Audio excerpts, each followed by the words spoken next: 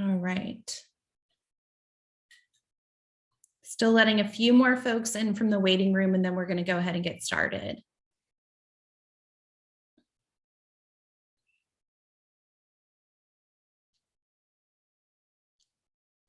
All right.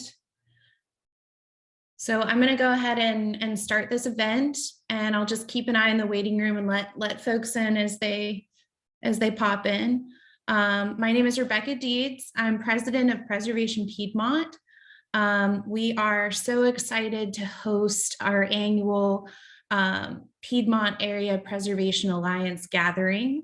This is an event that has been hosted for many years now, where preservation-related organizations across the Piedmont get together and we update each other on the happenings of our organizations throughout the year. This is the second year that we've hosted this event virtually. So I wish that we were all together enjoying some wine and cheese and some more snacks in a beautiful historic setting. But because of the uncertainty around the Delta variant, we decided to host this event virtually again this year. This is the second year we've done that. And last year it was really great as a virtual program. So we're excited that you're here joining us again this year. We have some great organizations presenting. Here's the list of organizations who are going to be joining us. And so what I'm going to do is just dive into the program. Each organization is going to give about a 3-minute presentation, updating us on how the year has been for them and what they've been up to. And I hope you will all enjoy the program. So let's go ahead and get started, just given the number of folks that we have. The first presenter that we have up is Thomas Chapman from the Albemarle Charlottesville Historical Society. So Tom, if you want to unmute yourself and turn on your camera, take it away. Good evening. You hear me all right? We can hear you. Thank you very much. Thank you for the opportunity to speak with you tonight. As Rebecca said, I'm Tom Chapman, the Executive Director for the Albemarle Charlottesville Historical Society. When we last met in November of 2020, virtually as we are tonight, I had hoped that we would be able to meet again in person, but that's not the case yet. I know we are getting closer to being able to reconnect in person and face-to-face. And the Albemarle Charlottesville Historical Society, the ACHS, is moving in that direction. Last year, I reported we were only open by appointment, but I'm happy to report that of August 2021, we were fully open to the public, Monday through Friday, 8 a.m. to 4 p.m. and Saturday, 10 a.m. to 2. And we are adapting to what COVID has thrown at us. When I started this job in April of 2020, I took a selfie with our antiquated neighbor in the park. You can see up in the corner there. The view from our front portico changed in July of this year. Robert E. Lee no longer stands guard in the city park, glorifying the Confederacy and the lost cause. Removing monuments from our public spaces will not change our history. Inequality, injustice, and division remain, and the conversations and conflict over our past will continue. We look to partner with the City of Charlottesville, the Jefferson School, African American Heritage Center, and others to move beyond the necessary step of tearing down monuments to hate and tragedy and look to rebuild, to add to our knowledge, to provide a deeper study of our past, and to be part of the process of healing and repair.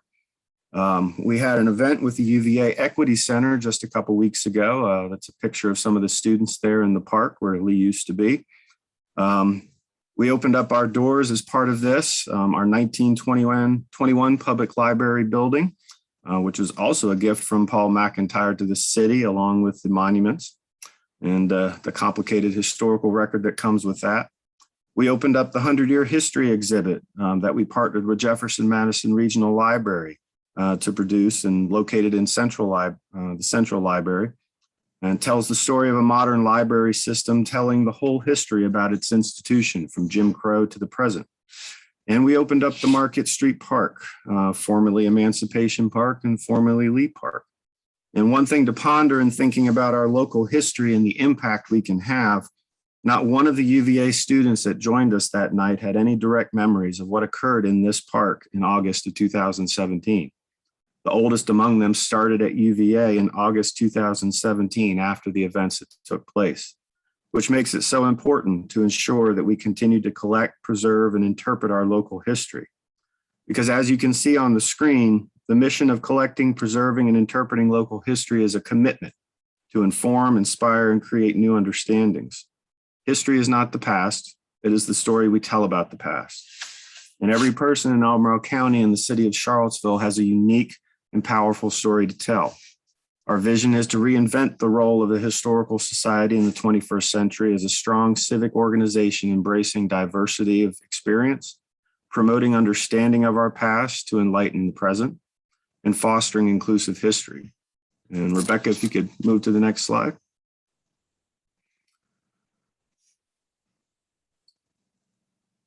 But words alone are not enough. We must put our vision and mission into practice. As I mentioned, over the past year, we partnered with the Jefferson Madison Regional Library to produce an exhibit telling the whole 100-year history of the institution. Come check out the exhibit on the 3rd floor of the Central Library downtown. And we assisted with Lorenzo Dickerson's new documentary film, Free and Open to the Public, that premiered at the Paramount on October 21st. And if you missed it, you should check the online virtual premiere that will be in December, on December 9th. You can look at JMRL's website calendar for more details. Since October of 2020, when I reported last November, when we had done our first online program, we have done over 30 online programs with our speaker series, Ask a Genealogist series with Shelley Murphy, and our the unregulated historical meanderings, which is an attempt at a more conversational and unregulated format with people of interest in our community, along with a number of co-sponsored and partner online programs. And you can find all of those programs, the recordings for those, on our YouTube channel. We are constantly adding to our walking tours and expanding our offerings with a mix of by appointment tours and pop-up tours. And if you want to enjoy a beautiful late afternoon walk tomorrow on November 4th, come join us at 4 p.m. at Maplewood Cemetery for one of our tours. We are working with Charlottesville Tomorrow, Sean Tubbs, UVA, JMRL, and others to make the local wiki, cvillepedia.org, the go-to resource for local knowledge and history. And if you're interested in learning more, you can join us on November 16th with a program with Professor Hantman at Northside Library. You can learn how you can contribute to Cvillepedia and contribute to local history. And you can find that same information on JMRL's website. And we have kicked off an important project we are calling Race in Sports, the desegregation of Central Virginia Public High School athletics. It is an oral history initiative that will collect and preserve the recollections of those involved in Charlottesville and Albemarle County public high school sports between the 1954 Brown versus Board of Education decision and the breaking of the athletic color line at the University of Virginia in 1970. Some of our members, Phyllis Leffler and George Gilliam, along with other local advisors, are contributing to this project. The Virginia Humanities generously awarded us a $15,000 grant for the project, and we are continuing to look for more support. If you want to help us with this project, if you know anyone to include in our interviews, please let us know. Children who lived through this important period in local history are now in their 70s and 80s, and there is no better time than the present to record their important stories. We are partnering with the city of Charlottesville to reveal the hidden history beneath the ground at Penn Park, where over 40 unrecorded and unmarked burials of enslaved people owned by the Gilmer and the Craven families were buried outside of the walls of the cemetery. Sam Towler, one of our board members, along with Shelley Murphy, our board president and a genealogy expert, as many of you know, and others are working to find the histories of these individuals in the living contemporary descendant families to bring their important stories to the light of day. And speaking of board members, we were thrilled to have 3 new directors join us over the past year: Kay Slaughter, Gail Jessup White, and Punky File. And last, but certainly not least, we are working with the local community and other partners to save Hatton Ferry. Some may say save Hatton Ferry again. And we are extremely grateful to Preservation Piedmont and their community grant program for their award of a $2,000 grant. It brings us one step closer to our fundraising goal to save this important historic landmark and tourist destination. And we hope to have the ferry fully operational next season, running from March to October. We have excelled despite of COVID trying to bring us down. We have found the silver linings to the dark clouds that surround us, put the importance of our local history front and center with everything we do. And we look forward to what we can do together with new partnerships, new collaborations, new vision, rebuilding true history where false narratives were found before. And we echo Preservation Piedmont's mission of truth-telling to repair the historical narratives in our community. So thank you for this time this evening. I hope you will consider joining the Historical Society as a member or supporting our work with a donation. You can visit our website or contact me. And I look forward to future opportunities to meet you all in person. I'm hopeful next year we can do PAPA the way it should be done, gathered in person and in community together. Thank you very much.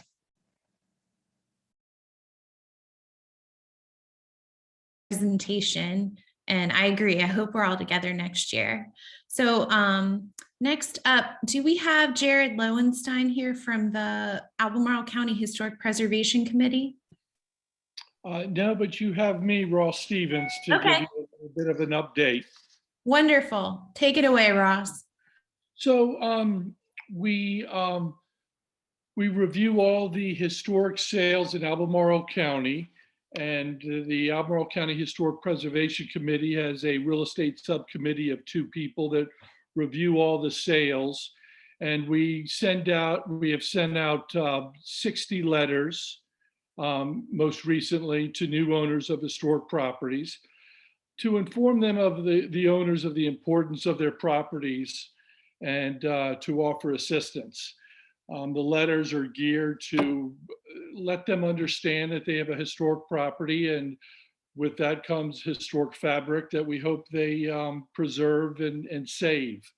So it's just an attempt to have them more sensitive in their approach to any renovations or what they plan to do in the future with their property.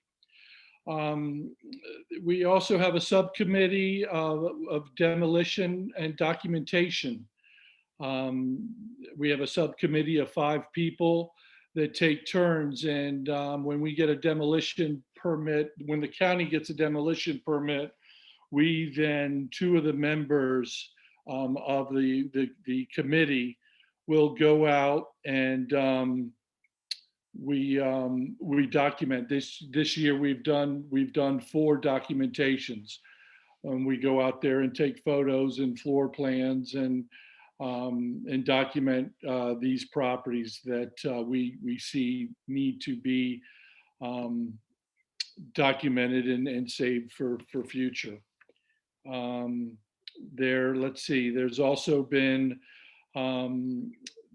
2 properties either owned or located in Albemarle County or owned by the Albemarle County that have been added to the National Register. And that is the Burley High School and the Riverview Farm. Both those properties were added to historic National Registry. And then we've also have a committee of heritage education, a subcommittee of 5 that have been working very hard and continue work on adding historic markers, commemorating the contributions of women and people of color in the county. Historic markers such as the Virginia Lee Murray marker, the Riverview marker have been approved by the Virginia Department of Historic Resources. And then there's also the Union Run Baptist Church, which is up for review in December. The committee is also currently working on markers for the Glendower School and crafting the framework for local historic, a total local historic marker program, so we can keep an eye on properties that would qualify, that we feel should deserve a marker. So we've been continuing looking into that. So that is pretty much our year so far in a nutshell. Thank you so much, Ross. And that's Ross Stevens Yes. instead of Jared. So I'm sorry for not having that right on the slide. No problem at all. Glad to be here. But Glad to see everybody else here as well. yeah, we're glad to have you. Thank you. All right. So next up, I have Rebecca Kenny with St. John Family Life and Fitness Center. Good evening, everyone. Thank you, Preservation Piedmont, for inviting us again this year to present. And we're just so happy to be here to explain to you what we have done thus far and the progress we made in 2020. Rebecca, if you don't mind, could I start with the next chart and then come back to this one? Is that possible? Yes, okay. So I'm briefing from a brochure that we recently came up with to make our story a little more presentable and easier to follow. So for those of you that don't know, we are a nonprofit. We are the St. John Family Life and Fitness Center. And we have in our possession a historical Rosenwald school. As we briefed last year, we are one of 7 Rosenwald schools that was built in Albemarle County. And our main goal is to restore the school and make it into a community center. Just a little brief history of Rosenwald schools.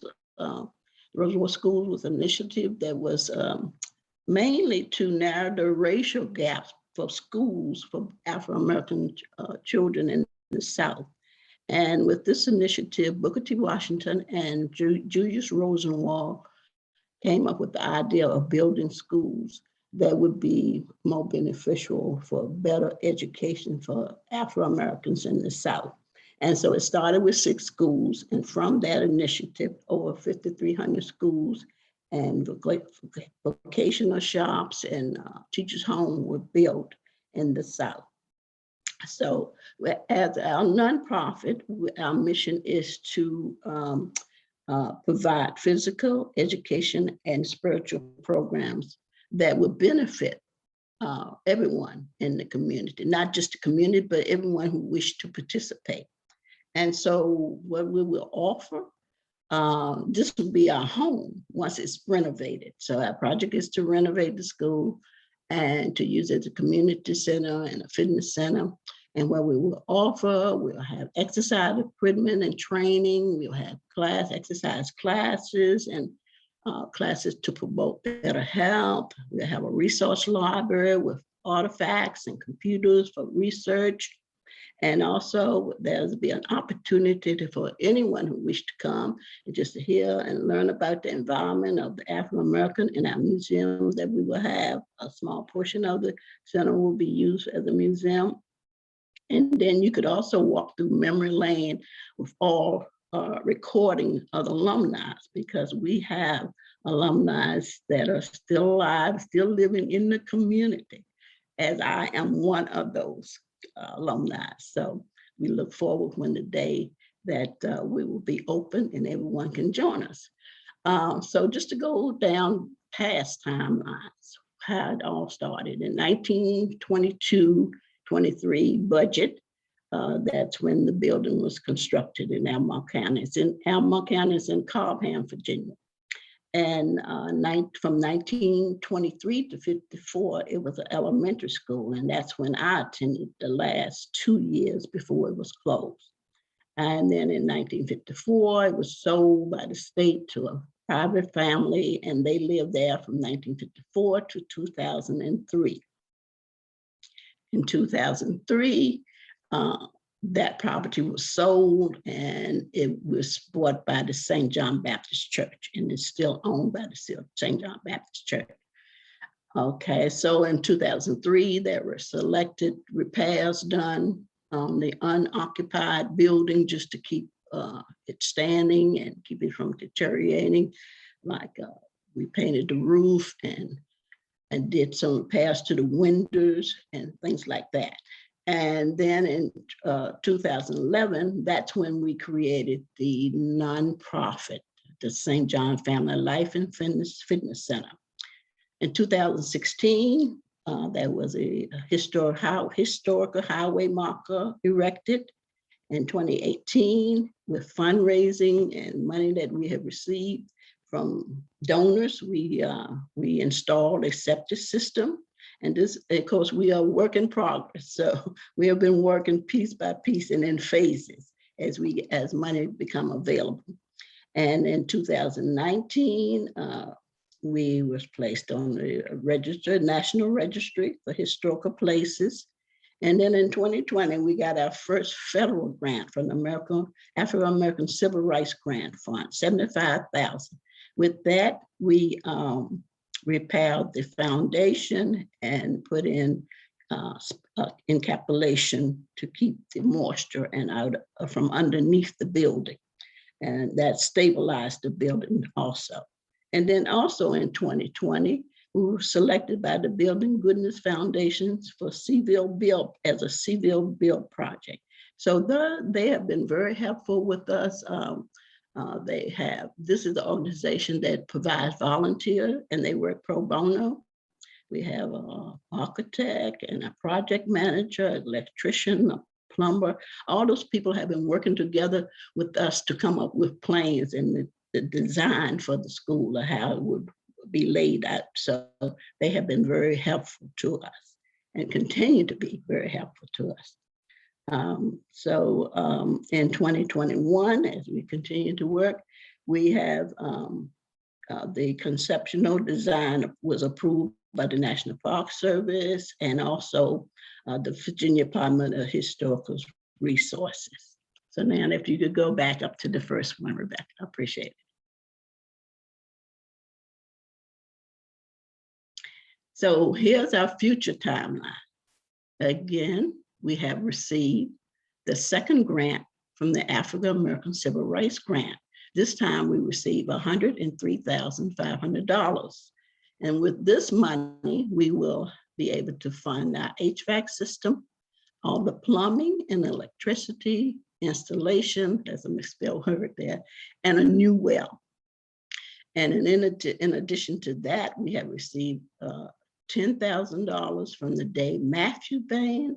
And with that, we are funding handicap, that would make the building handicap accessible.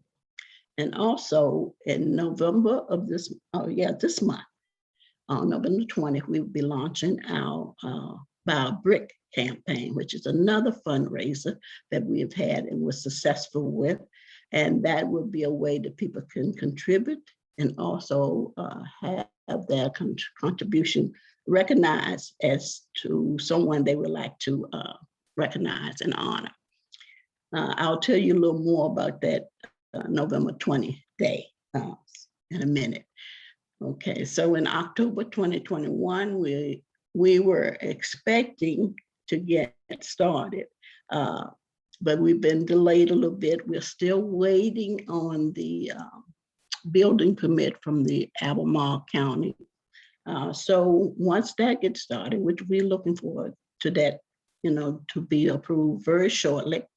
And so that will push the date back a little bit as to when we thought we would get started as far as the construction. And then our anticipation of when it will be completed might be summer 2020. It's still a spring 2020. And then again, we have been invited. Last year we were invited, but it got postponed to participate in the Grace Church Farm Tour. It would be the first time we've been invited to participate, and it would be the first time that an African-American school, other than a farm, has been one of the spots that would be one of the stopovers that people can come and tour. So we're all excited about that. And I wanted to tell you about November the 20th, which is a Saturday of this month. We're having cleanup day. So we've already got all the volunteers we need as far as cleanup. the space in the school, getting prepared for starting the building once we get the building permit. But we're also having a tent that will have a stand that will tell you about the Buy a Brick Foundation, not Buy a Brick Foundation, but Buying a Brick campaign. And also we will have someone there from the broadband community to tell us about the anticipation of broadband coming into our area and what we can expect. And we will also be providing lunch that day. So we're inviting all of you to come and participate. Just come and drop by so we can share more information about what our project is and how you can participate and to see what's going on with the school. At the bottom of the page, you will see there's a flow plan of how the center would look once it's renovated. We will have 2 classrooms, and then we'll have an exercise room. We will also have a warming kitchen, and we will have a computer room and another small classroom. So we're looking forward to the day when that all happened. And so right here in our pie chart, you will see the cost analysis. As I said, we have the $10,000 from the Dave Matthews Band. We also have $30,000 of our own money that we've raised through fundraisers that we've been contributing. We have $108,000 because with the $103,500, we contribute another $4,500, making it $108 that's available to work on the projects that I mentioned before. So that remains. With that said, we still have the interior carpentry work that needs to be done, and that is a requirement of another $216,000. So we're working earnestly to continue to raise money, continue to work on this. As I say, we are work in progress, and we know that we will eventually get that money. We have some great prospects and that we know about that should be very helpful to us. We also have some things that we did not include in this cost in the interior carpentry piece, but that cost has been estimated to be around $65,000. That includes landscaping. We also have a landscaper, the architect landscape, that's volunteering her time to come up with the design for the landscape. So we're very happy about that.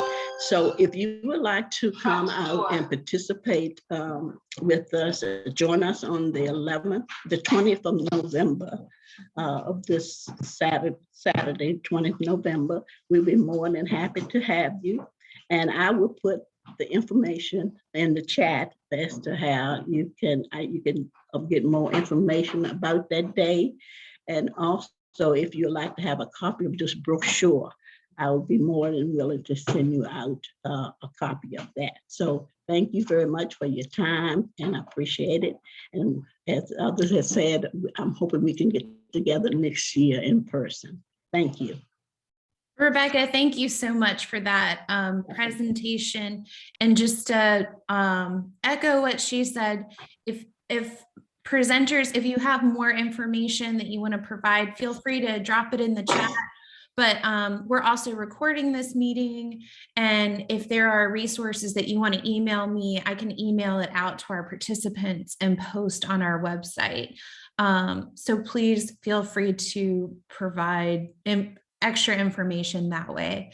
All right, and so we're going to try to keep each presentation to under 5 minutes, just so we can get through everyone. And so, Kay Slaughter, are you here to present for the bridge builders?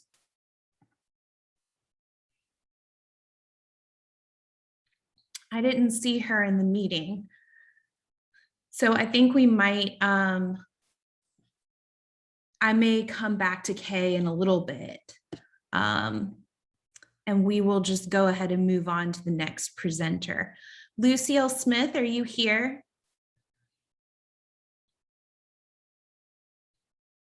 I think I see you on here. Go ahead and unmute. Okay. There you go. Good evening, all. Preservation Piedmont, thank you for the opportunity to participate in your annual meeting. Next slide.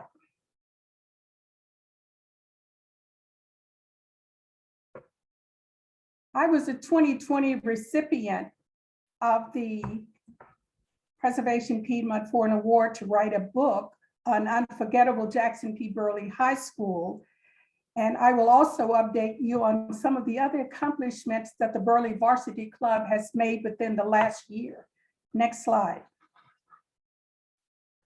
Pictured is the front and back cover of the 283-page book I just completed.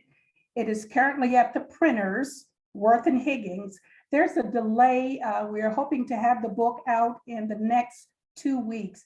They are having some problems with shipping supplies, but the copies will be distributed to the Historical Society, to Special Collections, Jefferson Heritage Center, Department of Historic Resources in Richmond, and others as soon as we can get our hands on the book. And it will also be available on Amazon. Next slide.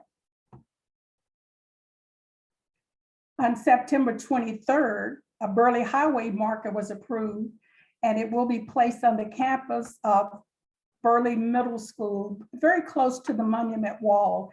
Currently, again, there's a backlog in production, but they are projecting that the delivery of the marker will be mid-December. Next slide. Just take a quick moment and peruse the inscription that will go on the marker. It strayed a tad bit from the norm because the club wanted to make sure that it included students that attended Jackson P. Burley that came from other jurisdictions, Greene County and Nelson counties as well. And then we wanted to also highlight the 1956 football team, as well as the nursing program. Next slide. The Burley Walking Tour was completed in December 2019, and that is being updated to add the awarding of a diploma to civil rights pioneer, Olivia Ferguson McQueen, who received her diploma in 2013, 54 years after she graduated from Lane High School. And also added to the walking tour will be a stop on the Burley Walking Tour of the historical marker. Next slide. The biggest thing going on right now is the restoration of the athletic field, which began in November of 2020. The H3 youth baseball team partnered with the Burley Varsity Club, and they have spent many hours working to clean up that field. And you will see some of the work that's been done in the next 6 slides. Next slide. Pictured here is Jim Burton, and he's the coordinator and one of the managers of the H3 baseball team. He's over at the field now. Next slide. You will see the biggest difference, the outfield then and the outfield now. It's really coming together. Next slide. The stadium seats before, they were very deteriorated, and look at them now. They've been restored. Next slide. On September 29th, the H3 youth team hosted an open house baseball game on the newly renovated historic diamond. And they're playing the UVA club team. That field is really looking great. Next slide. This is just a better view of the field and the bleachers. Next slide. And what's really important is the proposed brick walkway, their Hall of Fame. It will include 500 bricks. And what they're asking for, this is a campaign. All alumni can purchase a brick with their name engraved on it for $25. And any member of the community can purchase a brick with their name engraved on it for $100. That will lead up, and this a brick walkway is situated directly behind the bleachers. Next slide. Lastly, I was recently awarded a grant by Preservation Piedmont to assist me in writing a book on the segregated high schools in Albemarle County and the city of Charlottesville. And the book will go into great detail on these 3 segregated high schools and the small 1- and 2-room feeder schools that fed into the 2 Albemarle County high schools. I will also include a chapter on the Rosenwald schools of Albemarle County. There were 7 of them, and I do have pictures of 6 of them. I still can't find a picture of that Eastham school, but those pictures will be included in the book, as well as those 30 small schools that I could find. So, I mean, that's remarkable because most of them have been demolished. And lastly, I would just like to say, I really thank Preservation Piedmont for their continued trust in me and providing me an opportunity to write a history about these schools. Thank you so much.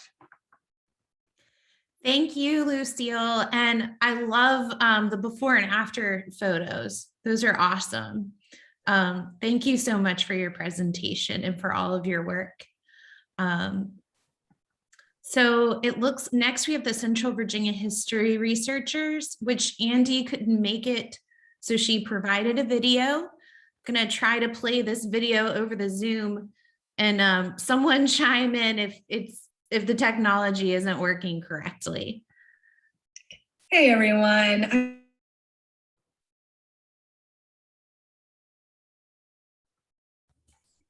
Rebecca, it's muted. Tonight, but I am going to be there with you guys tonight. All right, I'm gonna start it over. It's choppy. Hey everyone, I'm Andy Cumbo Floyd, one of the coordinators for the Central Virginia History Researchers, or CVHR as we usually call ourselves. I am sorry I cannot be there with you guys tonight, but I am grateful to Rebecca and the rest of you for letting me tell you about us a little bit virtually. We have been an organization of independent and professional researchers for 16 years now, almost 17 years, founded primarily by Bob Vernon and Cinder Stanton, who was one of the founding members of Getting Word at Monticello. And we ranged the gamut from professors of history at UVA to people like me who just do independent research, sometimes for hire, sometimes just for ourselves, to people who are somewhere in between, maybe people who work in public history, like the directors of Montpelier, or archivists at special collections. So we're kind of people who do research about Central Virginia, particularly African-American history in this area. So we meet once a month at excuse me, at the Jefferson School when we can meet in person. We haven't met in person for well over a year now because of COVID. We're hoping maybe in 2022 to be able to go back to meeting in person, but we're going to continue to do our Zoom meetings long-term as long as we can, because we know it opens us up to people across the country or people who just can't come out for lots of reasons. So our specialties are, like I said, African-American history, genealogy, particularly genealogy of African-American people, and then place-based research. So I grew up at the Bremo plantations in Fluvanna, and I got started in this work by researching the people who were enslaved there. So some of us do work about particular locations, some of us do work about particular family surnames, some of us do work about particular publications. One of our members is an expert, and I mean an expert in everything that has been ever published in the Daily Progress. I think she's read every issue since it was founded. We have some of the members of the Preservers of the Daughters of Zion Cemetery are members of our group. And we talk about a lot of things. We share information with one another in meetings, but also casually. My email address is here. You can always send me a research query and I will send it out to the appropriate people in our group if you need help looking for something. We have archaeologists on our teams. We have, like I said, professors of history, folks that do digital history. So we have a wide range of people, and we know a lot about Central Virginia. That's not bragging, it's just what we do. We have a specialty in Charlottesville and Albemarle history, but I'm from Fluvanna. I live in Northern Alabama. We're right near Orange now. We have folks in Greene. We have folks in Madison, in Orange, in Nelson, in Louisa. So we kind of run our whole circle here. A few topics that we've talked about recently. Alice Cannon presented on Bleak House, which is where she lives in Earlysville, and the enslaved community there. She's done decades of research on the people that were enslaved there. We had folks over from Rockbridge County over the mountain to talk about what they're doing over there. They're going to start their own sort of little research history group. So they came over to tell us about the projects they've been involved in. We had the editor of the Green Eagle come down and talk to us about a state-sponsored lynching there in Greene. We have just recently had Eric Ertenkopf and Bob Vernon talk to us about a new mapping tool that they've created using the 1940s property tax records about African-American property owners. It's fascinating because you can see population centers of African-American people in the 1940s. And then upcoming in November, Kathy Spar is going to talk about her family farm, Tally Farm, which is out in Browns Cove, towards Browns Cove. So we have a whole variety of topics, and we're actually, I think we're booked pretty much through 2022. So we're always looking for speakers though. If you have something you would like to talk about that would be relevant to us, we'd love to hear about it. You can reach me at my email address there.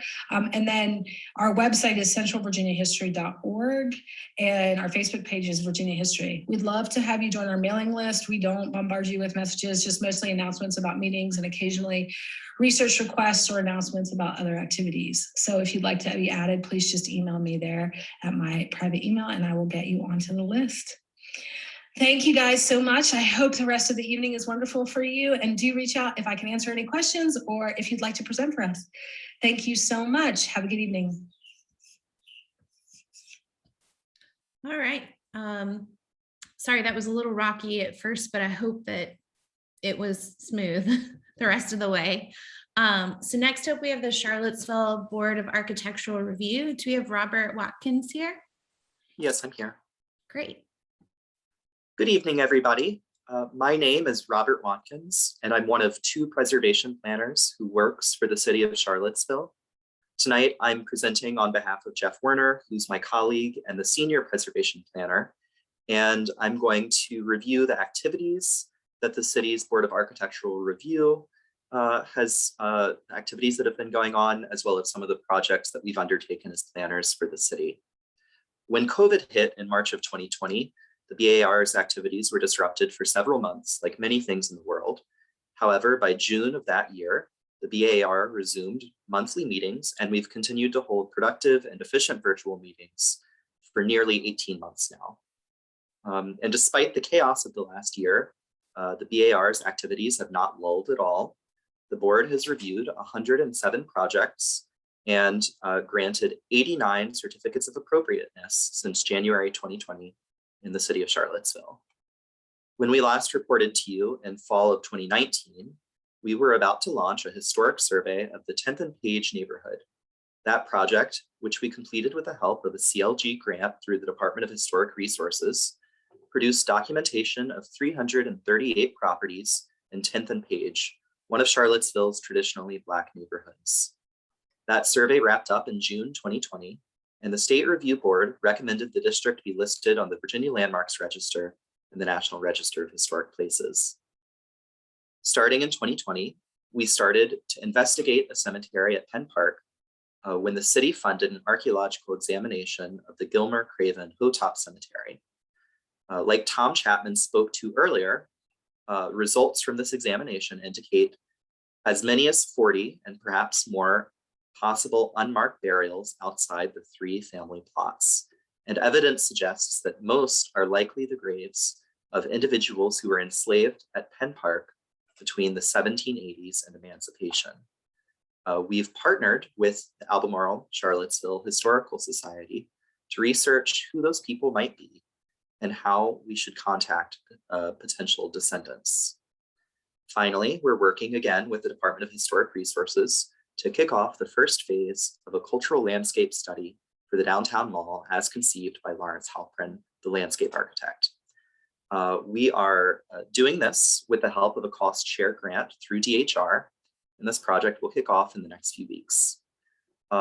Next time we meet, or if I ever see any of you out in Charlottesville, I'm excited to share our progress. at future events. And thank you all for your time. I'm excited to be here tonight. Thank you so much for your presentation. We're excited to have you.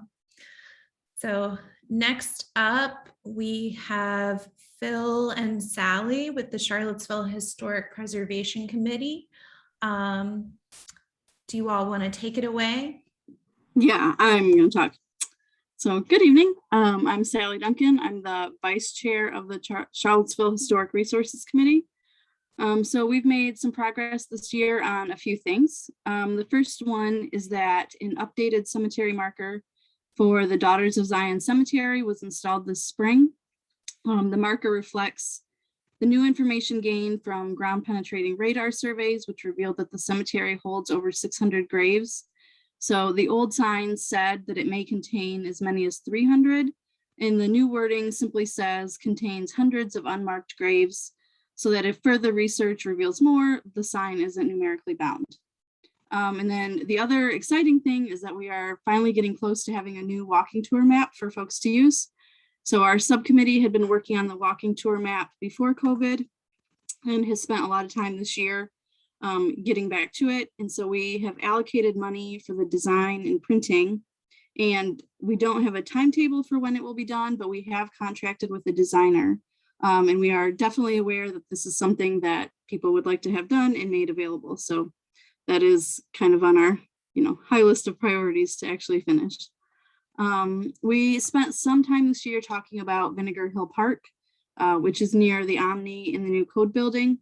But we put off our original kind of simpler plans for it because we feel like we need input from former residents in that it potentially needs to be part of a larger project that would involve more detailed markers. So we kind of plan to return to that project probably next year and look at that. But a large focus of our year, as you are probably all aware, has been on the slave auction block site. So we had been working on it and meeting with people before COVID, and then this year we really returned to it. We identified the Memorial for Enslaved Laborers at UVA as a model for engagement and collaboration between designers and descendants. And we really want to center the descendant community as we think about this site. So in early summer, we held 2 virtual meetings with between 15 and 20 descendants, and we were urged to be patient with the process and not to rush things. So the descendant community has repeatedly voiced this concern, and so that's what we're doing. They've also said they wanted to be included in the conversation from the beginning and not brought in at a later design stage process, and realizing that the process is just as important as the end result. So we feel that the listening process is really important and that this will be a slow process. And the descendants have indicated that they want an end result that is significant. So at our October meeting, we had Dr. Mabel Wilson, who is the professor of architecture at Columbia University. She was part of the UVA Memorial Design team, and she came and talked to us for a work session. And she talked to us about her experience working on the UVA Memorial, and she talked to us about being open to the creative process, making sure that people have been heard and feel that they've been heard. And she also talked about the difficulty of the site because it is ground zero of dehumanization. So she encouraged us to think about the entire area and not just the block itself, and think about how to rehumanize the people that we are remembering and also to keep the descendants in mind. So as we go forward and thinking about this entire site, we are prioritizing the descendant community, their request for a slow process, and an end result that is significant. And as Dr. Jelaine Schmidt has phrased it, she said, go big or go home. And so this project will need the support of all the groups represented here to make that happen. So thank you. Thank you so much, Sally, for your presentation. So next up, we have Trisha Johnson with the Fluvanna County Historical Society. Trisha, are you here? Yes, I'm here. Hi. Hi, I'm Trisha Johnson. I'm with the Fluvanna Historical Society, and I'm really excited to be able to talk with you tonight. The first slide that you see tonight is actually a historic Black community cemetery in Fluvanna. It's called Oak Hill Cemetery, located in the post-emancipation free town of West Bottom. And it's one of two historic Black cemeteries that we are currently studying, and we are working with the communities on restoring these two places and also restoring the history of the communities to the communities themselves. It's taken up a lot of our time and energy this past year. It's been heartfelt, impassioned work. Last fall, we were the happy recipients of grant funding from CACF that allowed us to hire the good folks at Rivanna Archaeology to come out and give us an estimate of the number of burials at the two cemeteries. So that gave us sort of a starting place, and we're also awaiting, very soon we will have their final report, which includes historical context. I've seen the drafts of the document. It's remarkable, and it really does help us better understand these two spaces. We've been working in collaboration with the churches at West Bottom and Columbia Baptist Church, where Free Hill Cemetery is. Next slide, please. One of the interesting things about these two cemeteries is that there's not a lot there to the casual observer to let people know there's cemeteries there. So the previous slide was the old part of Oak Hill Cemetery. There is a modern part that has an iron fence and neatly ordered graves with engraved headstones, as you would expect. And Free Hill also has a few of those scattered about, but both of these places have been sort of lost because there's not a lot there to indicate what they are. The good news is that we have plenty of primary source documents and lots of local history to really firmly ground us on these two spaces. Free Hill was actually deeded to the free community of Columbia in 1805. And so it has a remarkable history as the burial place of free people of color in what was I refer to it as the Pittsburgh of Virginia. Columbia was a thriving hub of industry and transportation, believe it or not, in the late 18th and early 19th centuries. And so this free community here in Columbia was really remarkable. Most of them were highly skilled craftspeople and or boatmen and rivermen. And so we know that there were quite a few people buried here. Sadly, in the 1960s, the town of Columbia decided to build some roads, and that process, we believe, may have damaged some graves. So we are still working with the folks at Columbia Baptist to determine what their next steps are, as we are with the folks at West Bottom. And I want to emphasize that while we've been studying these two cemeteries, we've also been working with the communities to restore their history. So we have community historians in each one of these that are doing genealogical work or work identifying using funeral home records who might be buried in these unmarked graves. In fact, at Oak Hill, two of our community historians, Nadine Armstrong and Melissa Hill, have actually identified over 100 people that are buried in the unmarked graves there. And then we're going to create community history centers within each church, and each church will become a repository of local history. And all of this is community led. So we meet with the community, we discuss potential, what the possibilities are. They decide what steps they want to take next. And then the Fluvanna Historical Society supports them in that with appeals to things like grant funding. I'm very happy to announce tonight that the Fluvanna Historical Society was the recipient of substantial grant funding from Virginia Humanities for the continuation of these two cemetery projects. So we are delighted to be able to continue to move forward in our efforts to respect these two spaces. Okay, next slide, please. In the midst of this, we also are faced with the restoration of our historic courthouse, built in 1830, designed by John Hartwell Cock of Bremo, built likely by his enslaved, highly skilled craftsmen and laborers from his plantation. She's getting a little shabby. As someone misguidedly painted the columns at some point, you can probably tell in this photo that it's damaged the surface of the columns at the front. Fortunately, most of the restoration work appears to be exterior. The interior is in good shape. This is actually a pretty remarkable structure. It's remained largely unchanged since its construction, even though it was used as the courthouse for Fluvanna County until the year 2000. So we are working in collaboration with the County of Fluvanna, who actually owns the property. We have a great long history, thanks to our president, Marvin Moss, of a public-private partnership with the county in historic preservation. If you visited Pleasant Grove Park in Fluvanna, that home was restored in collaboration with grant funding obtained to make that happen by us and with the historical society's input into who was chosen and selected to do the work.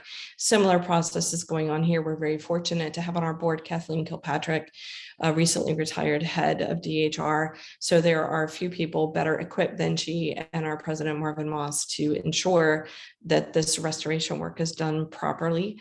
Okay, thank you. Next slide, please. Here is Chief Kenneth Branham of the Monacan. We were very honored to be able to repatriate to the tribe this summer the Ann Hunt collection of Monacan artifacts. These were stone points and pottery sherds, all sorts of artifacts that were discovered by a woman who was a noted sort of amateur archaeologist named Ann Hunt. Almost all of them collected in Fluvanna County along the river bottoms.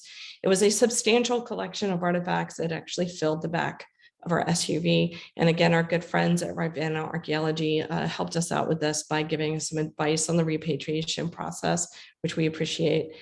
The Monacan were most delighted to receive this. We've actually been working with the Monacan. You may have heard of the James River Water Authority's plans to build a water intake facility at Rosawek, the traditional capital and home of the Monacan tribe. And we have been a partner in as a consulting party to the Army Corps of Engineers permitting process and have steadfastly opposed locating the water intake facility there. And so we have a years-long relationship with the Monacan, and it was our privilege and a delight, honestly, a very deeply emotional moment to be able to repatriate these artifacts to the tribe. So we want to thank them very much for their support and collaboration through that process. Okay, next slide, please. And here is a little, announcement. I had to put a plug in. We have our first cemetery cleanup day at historic Oak Hill Cemetery in West Bottom on Saturday, November 13th at 8:30 a.m. Find us on Facebook and Instagram, or send us an email, and we are more than happy to give you any information you want to show up. Oh, I really hope that we have a good turnout for this. I want to show the community at West Bottom that people really do care about this historic resting place. I didn't say it when the slide was up first, but with the archaeological firm and the research done, particularly archival research done by Ben Ford, we've sort of reached the conclusion that it likely began as a cemetery for the enslaved. The earliest known burial there is in 1866 of a woman named Aggie Smith, who had been enslaved at Bremo Plantation at Bremo Recess and was had a labor contract with a man named Robert Alvis, who owned what was Cleveland Plantation at the time. And we have documentation that she was buried there. So that's the earliest documented burial that we have there. But it is a sacred space. And I hope that folks turn out to help with us. And I want to say, I've kept this abbreviated. We have a lot more than this going on. We also are redesigning 2 of our exhibits at the Old Stone Jail Museum, one of them on Bremo, and we're working to redesign the exhibit in such a way that it includes a lot of information about everyone who lived at the plantation. We're doing that in collaboration with Bremo descendant families. And then we also are redesigning our military history exhibit to focus more on Point of Fork Arsenal and the War of 1812, both of which you wouldn't think that the War of 1812 had much of a connection with Fluvanna, but it did. So, follow us on Facebook, shoot me an email. We're fluvannahistory@gmail.com, and we are more than happy to reach out to talk with any of you about what we have going on. Thank you so much. Thank you, Trisha, for your presentation. And so next up, we have Elizabeth Chu from Montpelier. And we still have several presentations to get through for the evening. And I don't mean to get through, but I just want to make sure we're not all here all night. So just a reminder, if you have additional resources to share, please do that. Drop them in the chat. And we will send out a package to everyone who registered for this event with information and the slides and all of that. So Elizabeth, are you here? Yes, I am. All right, great. Take it away. Thank you so much, Rebecca, and thanks everyone. I'll just briefly share several of the highlights at Montpelier of the last year. I only have one slide, but I'm going to start out with not talking about the slide. The biggest thing to share about the past year at Montpelier is that in June, the board of the Montpelier Foundation, which includes members of the Montpelier descendant community, voted to create a relationship of parity with the sister organization, which is a separate 501c3 of the that's called the Montpelier Descendant Committee. So that's ongoing and moving forward. And how that will look is that the Montpelier Descendant Community Organization will be appointing 50% of the board members of the board of the Montpelier Foundation. So that's how the relationship of sharing of power and authority will move forward. We also have a $1 million grant from the Commonwealth of Virginia that's coming to Montpelier through the Department of Historic Resources for memorialization of the cemetery of the enslaved at Montpelier. And we'll be working with many of the best practices that were put into place with the Memorial to Enslaved Laborers at UVA. We're looking forward to that project starting and moving forward. One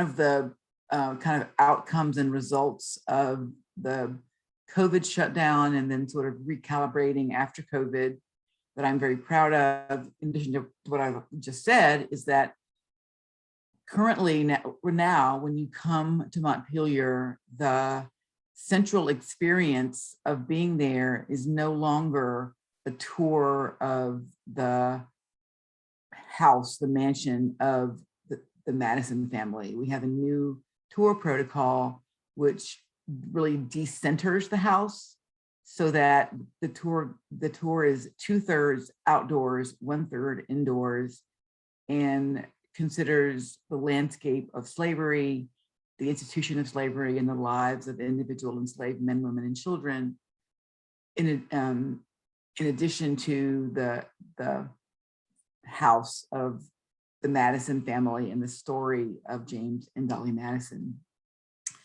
And then I'll finish by showing the one slide that I have. Thanks. So this is a sort of the final installation, the final section of our exhibition, The Mere Distinction of Color, which first opened in 2017. This is a part of the exhibition intended for our youngest audiences, so our 8 years old and younger. And it's in one of the buildings that's next to the Montpelier House in what's called the South Yard, which is a collection of buildings where the enslaved community lived and worked. And this building was originally a spinning house and later a slave quarter. And the exhibition considers the same themes of our larger slavery exhibition, The Mere Distinction of Color, and it presents them in an appropriate manner for our youngest visitors.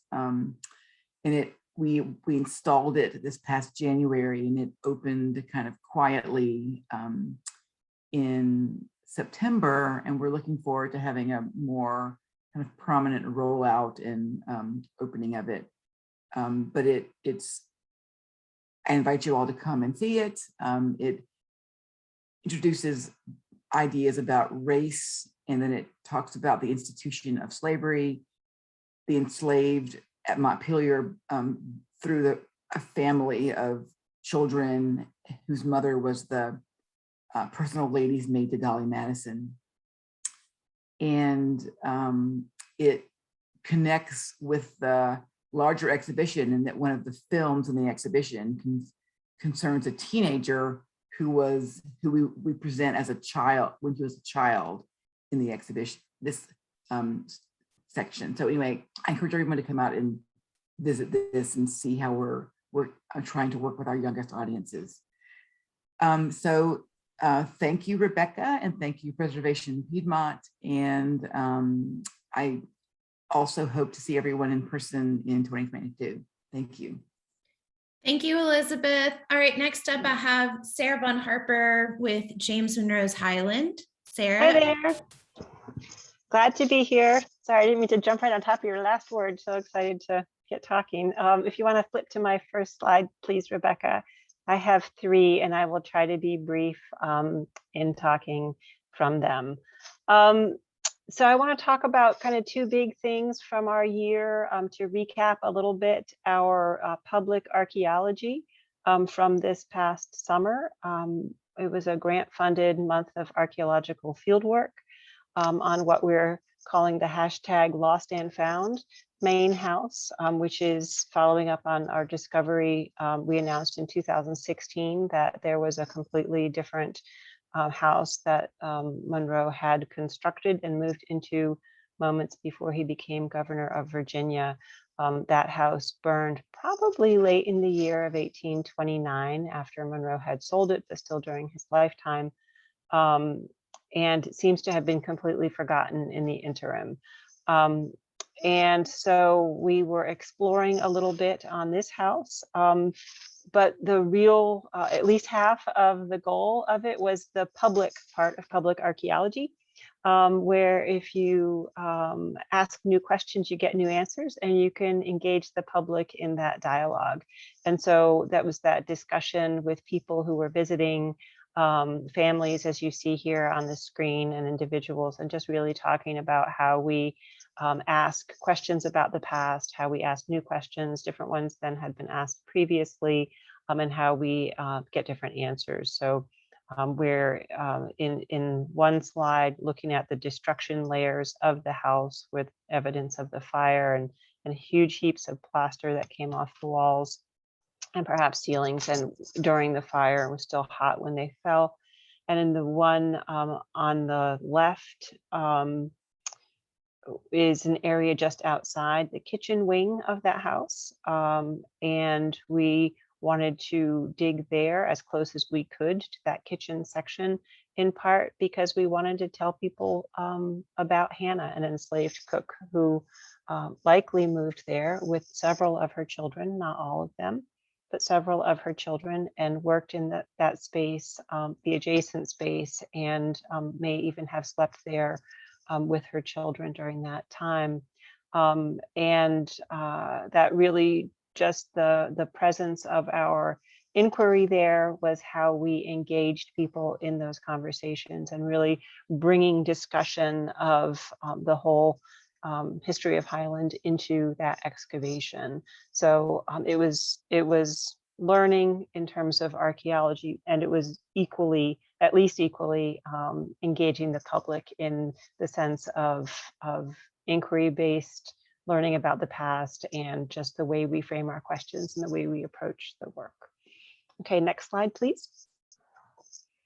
And as part of the 2016 announcement, this group probably remembers well that we properly identified this small house, which had long been understood as a wing of the partially destroyed main house. Of course, we know the main house was completely destroyed, but the story was wrong for so many years. And now we understand it as the guest house built by enslaved men, the carpenters Peter Mallory and George Williams. And so we set about putting this building back the way it should have been, its core 2 rooms, which are the historic rooms, And those two rooms, one seen here on the right, are period rooms, and others, the addition pieces are, as you see here on the left, gallery spaces, detail from a gallery space. And when we get to the next slide, although not right now, you'll see the vignettes. So we've put a series of different exhibits in those spaces. COVID needs us to eliminate the guided spoken group tour, taking small groups of people through these constricted places. So the new exhibits are self-guided with information, as you can see, on wall panels and reader rails, and that people go through at their own pace, masked, and learn and experience in that way. Our real goal here is, first, the research-driven understanding of the property and correcting the wrong narratives that had existed for so long, and overarching, creating inclusive stories in the space. So combining stories of the president and enslaved people, the presidency and slavery, and both the individuals and the broader concepts into these spaces all together. When your site is as small as ours, you can redo the whole site narratives together at once, and that's what we did. For example, here in the period room, it's a room that looks very unfinished, and we are showing it as it's being prepared for guests arriving. Now, previously, we'd had finished rooms that looked elegant and as if they'd all been arranged, and these we have looking like they are in process of being prepared. And the idea was, previously we could talk about the role of enslaved people preparing those spaces, but here we wanted to show the act of preparation and the work that was going on, the work that it took to maintain, the work that happened when Monroe was away. So really trying to center those experiences and show them rather than tell them. In the gallery space that I show you a detail of, we're talking about the process of the lost and found house, the discoveries, the research, and how we did that, how we uncovered a century plus of misunderstanding. And the final slide, please, Rebecca. And we also have vignettes in the elegant room with the Zubair wallpaper. We show different scenes. The overarching theme is inclusive narratives about Monroe's career, centering on diplomacy and some of his times in France in particular. And here we show the actions of and repercussions on diverse peoples of the time. So if we're talking about the Louisiana Purchase, as we are in this room, for example, we also talk about what that meant for Native people, what that meant for enslaved people, fueling the domestic slave trade in the spread of agriculture, particularly cotton at the time, which is very much written into, experienced in the history of Highland and the enslaved people there. So really trying to, again, talk about history in a most inclusive way, in the same spaces, in the same themes, and we're really pitching towards our mainstream audience that comes and giving them a mainstream inclusive history, sort of really pushing that and hoping that they see that mainstream history is inclusive history. And that's really where we're launching this from. It feels like a particularly good idea at the moment. And I really hope we're successful in changing some views about the past. So there's a lot more to say, but I'm going to stop there. So thank you. Thank you, Sarah. Okay, so next up we have Deborah Harvey with the Nelson County Historical Society. Deborah, are you around? I am here, yes. All right. Okay, if you want to go ahead to the first slide. Yes. And just wanted to remind folks, let's try to keep the presentations between 3 and 5 minutes. I'm a fast talker, so I'll do my Okay. best. All right, thanks, Deborah.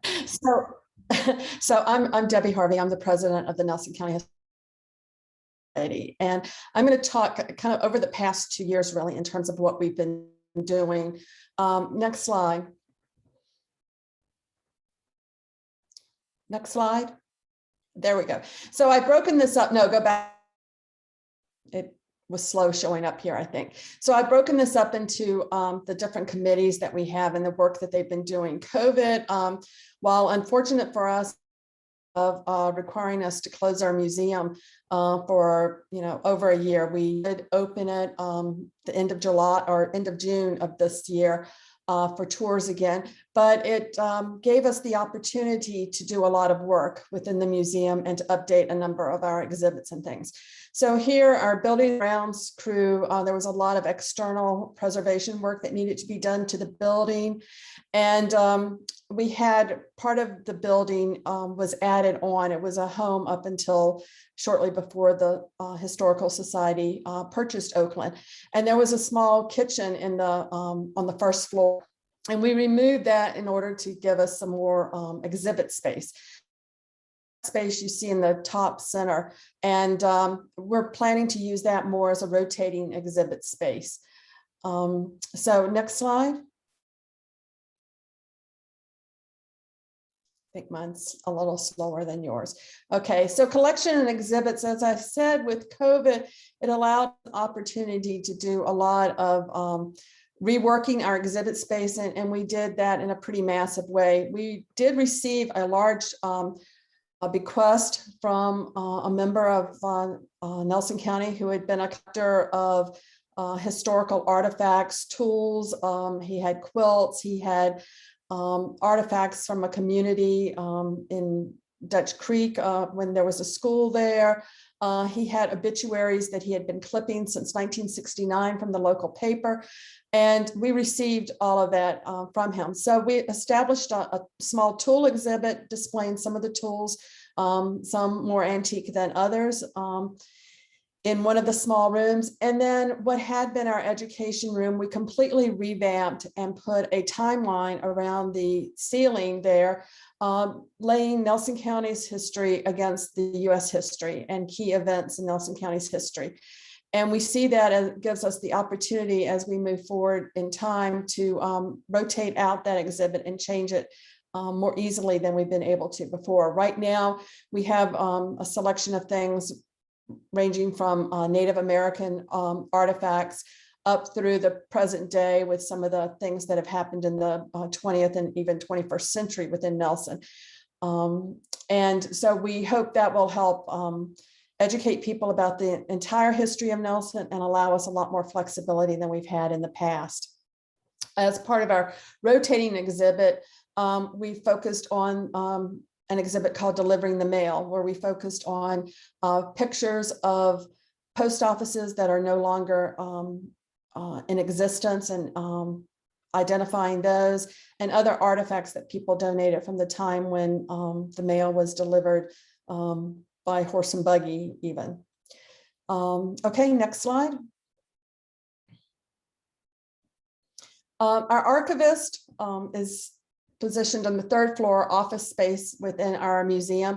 And we have made a huge effort, and she has worked diligently to incorporate all of the artifacts and archives that we've received into our database. And as much as we possibly can, we are making those available online for members to be able to access. In cases of documents and things, they're being scanned so that members can access them and do work remotely in terms of genealogy, family, and local history, as well as schedule appointments to come and meet with the archivist. She still has a tremendous amount to enter into the database, and currently we have over 700 items. Many of those are focused on Camille, but many go back to the earliest days of Nelson County. And I will also say that COVID came right after the 50th anniversary of Camille. So if we go to the next slide, I think that's where I touch on it.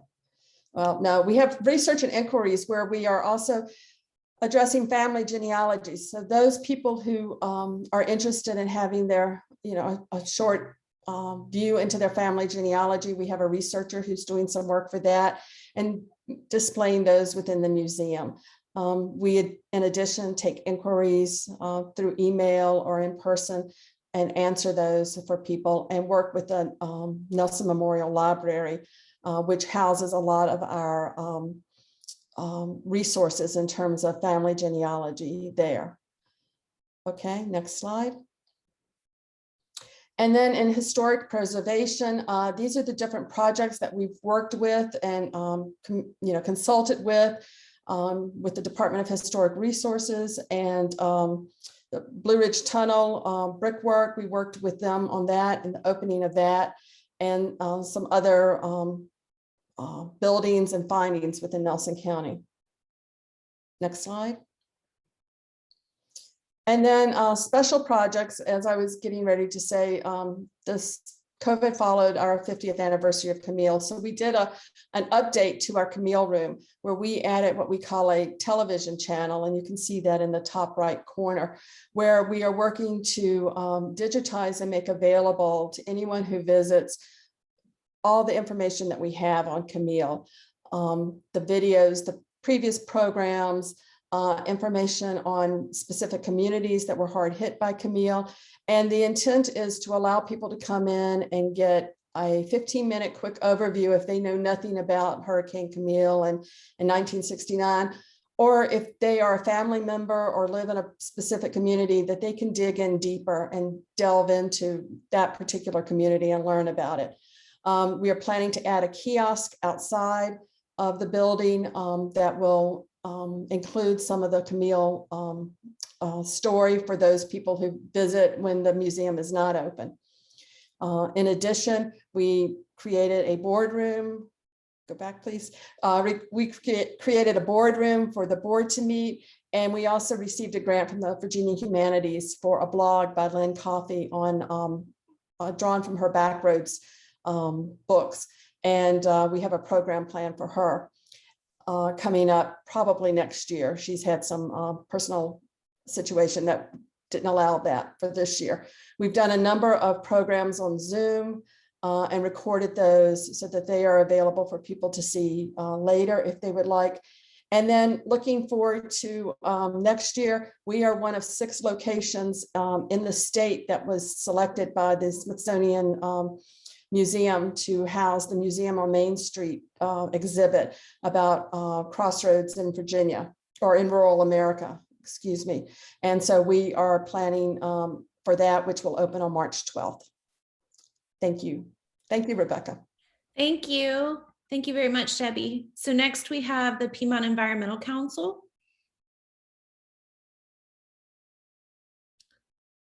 Do we have anyone from the Piedmont Environmental Council here?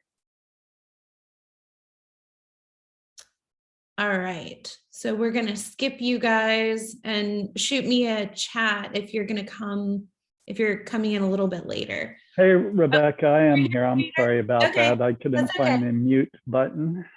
All right, take it away. All right. Yeah, so I'm filling in for Kat and Rex. We're just giving you a quick update on some things that we're working on in the region. I'm going to speak about a whole bunch of things, but I'll provide links to them in the chat. PC is mentioned by many as a land conservation organization, but we were founded nearly 50 years ago as an organization focused primarily on regional planning. That planning work continues to be a mainstay of our organizational focus, and we've been actively involved in the process of the Charlottesville Comp Plan update and look forward to participating in the Albemarle County Comp Plan update as well. As part of this regional planning work, we have turned our eyes to the impact of climate change, and Kat and Josh Press-Williams on our staff have recently completed a climate action briefing paper called Resources for Climate Action Planning in Albemarle County. There'll be a link to that in the chat. We are continuing our ongoing efforts in regards to land conservation, and now there are approximately 430,000 acres under easement in our 9-county service area. Nearly 110,000 of those acres are right here in Albemarle County. We're trying to accelerate the pace of conservation through getting a better share of federal conservation funding, like through the USDA Agricultural Land Easement Program and the U.S. Forest Service Forest Legacy Program. Rex Linville is taking point on that. Some of you may know Christy Kendall, who is our historic preservation planner. This year, she launched a program to document previously undocumented cemeteries in the region. She developed an online survey that received almost 200 responses, and 25% of those were from Albemarle County. Further, most of those sites were not already documented in the state's historic resources database. Also this year, we hired an intern, Damian Sharp. His work has been focused primarily on documenting several historically African-American communities in and around the Southwest Mountains Historic District. We've retained Damian, and his work continues. Again, there'll be a link in the chat about his pretty cool work. We're continuing a project to digitize land records and court proceedings related to the private land condemnations that were used to create Shenandoah National Park. Last year, we completed that work in Rappahannock County, and we had an intern working on it this past summer in Madison. We're still trying to find those records here for Albemarle County, and we'd appreciate it if someone has any suggestions about where to turn for those. My email will also be in the chat. This Saturday, there will be an event up in Culpeper unveiling a new monument and several Civil War trails historic markers that PC supported, honoring United States colored troops at the Madisonville Historic Site. Link to that in the chat. And many of you have also been probably hearing about my own efforts here in Charlottesville. I'm on the steering committee for the comprehensive plan update. Although I've commented quite a lot on the land use map, I've been especially focused on the document's text. I've had a lot to say about viewsheds, historic preservation, keeping communities intact, trees, alleys, and pedestrian connectivity. Speaking of connectivity, I'm working on a few major trails projects, including a greenway connection to Biscuit Run Park, a Ravenna River pedestrian bridge at Woolen Mills, and getting the Old Mills Trail, which will connect Pantops, Shadwell, and the Clifton Inn. We're working closely with the Fifield neighborhood leaders on a trail that would connect Consular Park to the surrounding community, utilizing the now lost historic road course of 5th Street. We've unearthed an old bridge and a brickyard. All of these projects have rich opportunities for historic interpretation. I'll close by saying that PC is hiring 2 land use field representatives for the southern area, including Albemarle, Orange, and Greene counties. There'll be a link to that job list in the chat as well. And thank you so much for your time. Thanks, Peter. Okay, so next I have the Preservers of the Daughters of Zion Cemetery, Edwina St. Rose. Edwina, are you here? Good evening. Good evening. I am Edwina St. Rose, and I'm representing Preservers of the Daughters of Zion Cemetery. As previously mentioned, one of the more recent developments at the cemetery is the new updated marker sponsored by the Charlottesville Historic Resources Committee, for which we are so very grateful. In the interest of time, I won't read the marker, but I ask that you please take a drive by or visit our website, Facebook page, and you will be able to read the actual wording on that marker. We also have a new website, daughtersofzioncemetery.org, where you can learn about the individuals buried at the cemetery. You'll get a link to our audio tour. It's on easyIzi.travel. You can view historic maps as well as learn more about the efforts to restore and preserve the cemetery. One of the recent projects is the restoration of the ironwork surrounding the grave of Reverend M.T. Lewis by Stokes of England. And I have before and after photos, Rebecca. That's the before, and that's the after. So we're very, very proud of this work by Stokes of England. And our next major project is to hopefully have Mr. Stokes restore the approximate 40 by 40 foot cast iron fence that surrounds the Goodloe family plot. To keep up with all the goings on at the Daughters of Zion Cemetery, as well as others who have joined in the effort to restore and preserve African American cemeteries nationwide, we invite you to visit and like our Facebook page, Preservers of the Daughters of Zion Cemetery. Thank you very much for your time. Thank you, Edwina. All right, so next we have Preservation Virginia, Jenny Keller. Jenny? Thanks, Rebecca, and hello to colleagues and treasured friends. I chair the Board of Preservation Virginia, and I bring you greetings tonight from our board and staff. We all hope that this annual get-together can be a model for others throughout Virginia who are engaged in interrelated preservation groups. Over the last year, Preservation Virginia has continued our usual activities. Like all of you, we've been in a continual pandemic environment. And we thank all of you who subscribed to our legislative alerts last year during the General Assembly session and who communicated with delegates and senators to support preservation in Virginia. I'll leave all the details of the outcomes to Julie Langan, who will be talking later for DHR.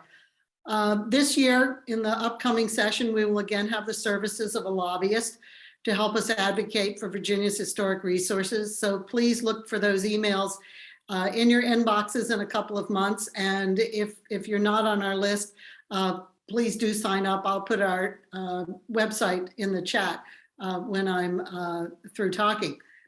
We're also very pleased to report that during this last year, we completed and approved our own new strategic plan that came out of a statewide process to re-examine and refine our values to better serve preservation in Virginia. And as a result, we've recommitted to making a difference through both our statewide programs and the 6 historic properties that we own and operate. And we're particularly emphasizing working collaboratively, not only within parts of our own organization, but also with our partners and allies like everyone on this call tonight. We're also in various planning stages for the 6 historic sites that we own and operate. We learned how important our sites are, not just for history, but also as important outdoor community spaces that have really served a community function during the pandemic. So forgive my commercial interruption, but if you have time, please go visit Jamestown, Bacon's Castle, Smith's Fort, Cape Henry Lighthouse, Scotchtown, and the John Marshall House to support tourism in Virginia. But most of all, we commit to making a difference through our statewide programs in advocacy, community engagement, education, guidance, and technical assistance. And it's these programs that I'd like to share a little bit during the rest of my remarks tonight. So Rebecca, could we turn to the slides? Oh, we have them here. Okay, one of the things that we do every year is an annual listing of most endangered sites. And some of you on this call do represent places and organizations that are associated with places that have been on our most endangered sites list. And we don't do this to wring our hands about what might be lost, but we choose with an eye towards places that can have a solution and that will be able to share lessons with other places in Virginia and in the nation. Next slide. This shows you Rosenwald schools that we have identified during our comprehensive survey and identification documentation of Rosenwald sites throughout Virginia in association with Department of Historic Resources and a number of other national partners. such as the National Trust. You can see so many of them, and we've had a number of people speak tonight about the Rosenwald schools. This is something that really started with 1 or 2 schools and became a statewide initiative. Next slide. This is probably a site that many of you are aware of, Shockoe Bottom in Richmond, which has been a continuing part of not only our endangered sites in Virginia listing, but also the National Trust for Historic Preservation. Much progress is being made. It's an ongoing process, and I'm sure something that all of you would like to follow as the process plays out there for memorials and redevelopment. Next slide. Like many of you, we resorted to webinars and online presence during the pandemic, starting in 2020, but continuing through all of 2021. That's the process that we used for our programs at all of our historic sites and many informational webinars. This one was on equity, and we'd use that process to complete our comprehensive plan. Next slide. One of the programs that we have operated for several years has been contributing to the rehabilitation and stabilization of historic tobacco barns in Southside Virginia. Some of you have shown befores and afters tonight. So this is mine, this is the before, and next slide will show the after. This has been a really successful and popular program with a lot of spinoffs in Southside Virginia, where we've been very, very active. Next slide.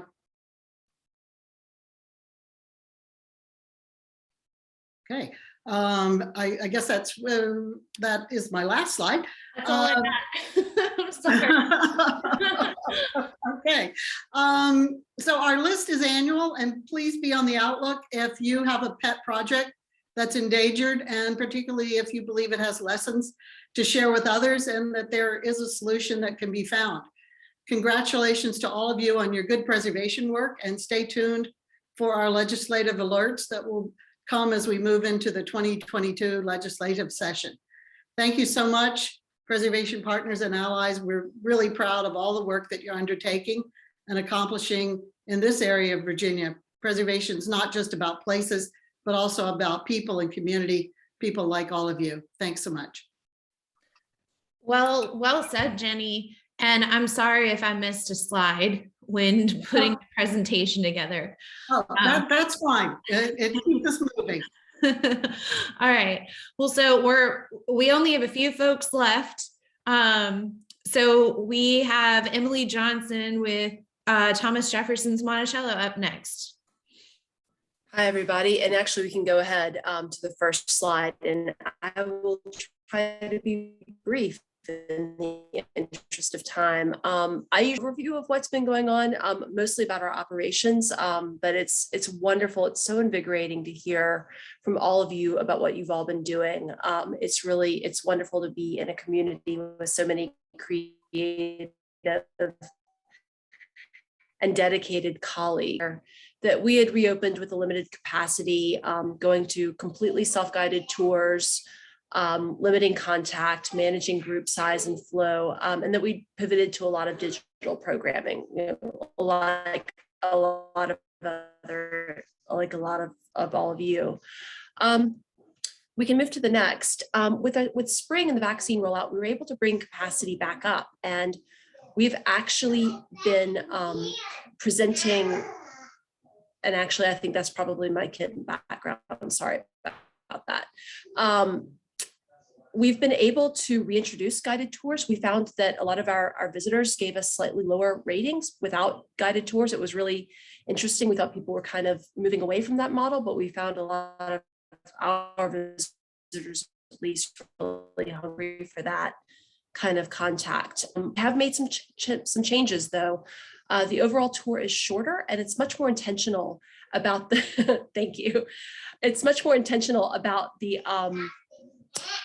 spaces that we go through. This sounds a lot like what Elizabeth has been doing up at Montpelier, where we do still take people through the first floor of the house, but we spend a lot more time outside on the front, explaining the plantation landscape, really orienting people to where they are and what kind of a place this was, going through the house, and then moving to the west lawn and ending in the south wing. And this allows the guide to introduce visitors to exhibits like the Life of Sally Hemings, the Getting Word exhibit, and to give a visual and verbal overview of Mulberry Row, instead of making people find these important places on their own. And the goal is to appeal to younger audiences with people with limited time. We continue to offer self-guided tours as well. And we are still asking visitors 5 and up to wear masks while indoors and on shuttle buses. But it's going pretty well. And we've kept up a lot of the digital programming we started last year. We found it to be a really effective way to reach people off the mountain. We're not doing as many live virtual tours as we were doing, but we're doing a lot of basically, so if you go to our website, you can find the recent book talk with Jocelyn Nicole Johnson for her novella, My Monticello, which was wonderful. That was actually a hybrid that we did have some people on site and in person, but it was great to see it recorded as well. And then people from across the foundation are contributing to our podcasts and live streams. So you're able to hear from guides, from historians, from curators, from archaeologists, from restoration specialists, gardeners, educators. And we found this to be a great outlet to really share the wide range of work that we're doing. And we can go to my next slide. Oop, next. Thanks. We've been trying to do some things a little bit different too. We've been trying out some evening programming, which is not something that the Charlottesville Fall Arts Series, part of the local arts immersion program. And so on Saturdays in October, we had an evening program called Lights, Liberty, and the Pursuit of Happiness. I know. Local projection artist Jeff DeBrow had did a dramatic light presentation that played across Monticello's facade. There was music, there was food, there were activities. We haven't done that much evening programming. 53 can feel a little bit windy to people in the dark.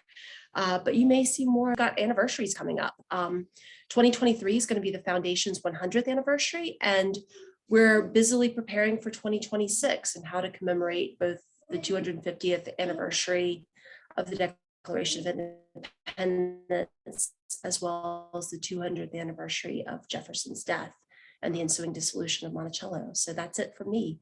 Love to see you up on the mountaintop. Can't wait to see you all in person.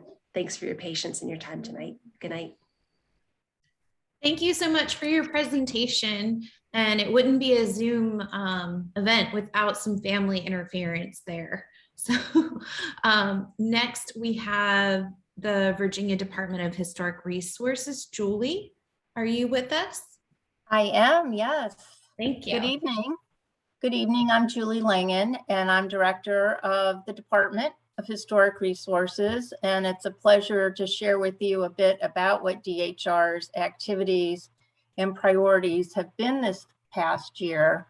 It's also been a real pleasure for me to listen to the preceding presentations and learn more about all of the important preservation work taking place at the community level. And I just have to say, I couldn't be more impressed. Assuming that many of you are familiar with quite a few of DHR's programs, I'm choosing to use my time to highlight a few select items that perhaps you haven't heard about, some of which have been possible due to increases in funding from the General Assembly. And I want to thank all of you, and especially Preservation Virginia, for advocating for these budget increases, because it really makes all the difference between asking and receiving. First, let me just set the stage and say that we remain focused on making preservation more equitable and relevant to a wider and more diverse audience, just as so many of the organizations that have spoken this evening are doing. Some of our recent priorities in this area include the establishment of a new community outreach program that includes a survey grant fund specifically for African American and tribal communities.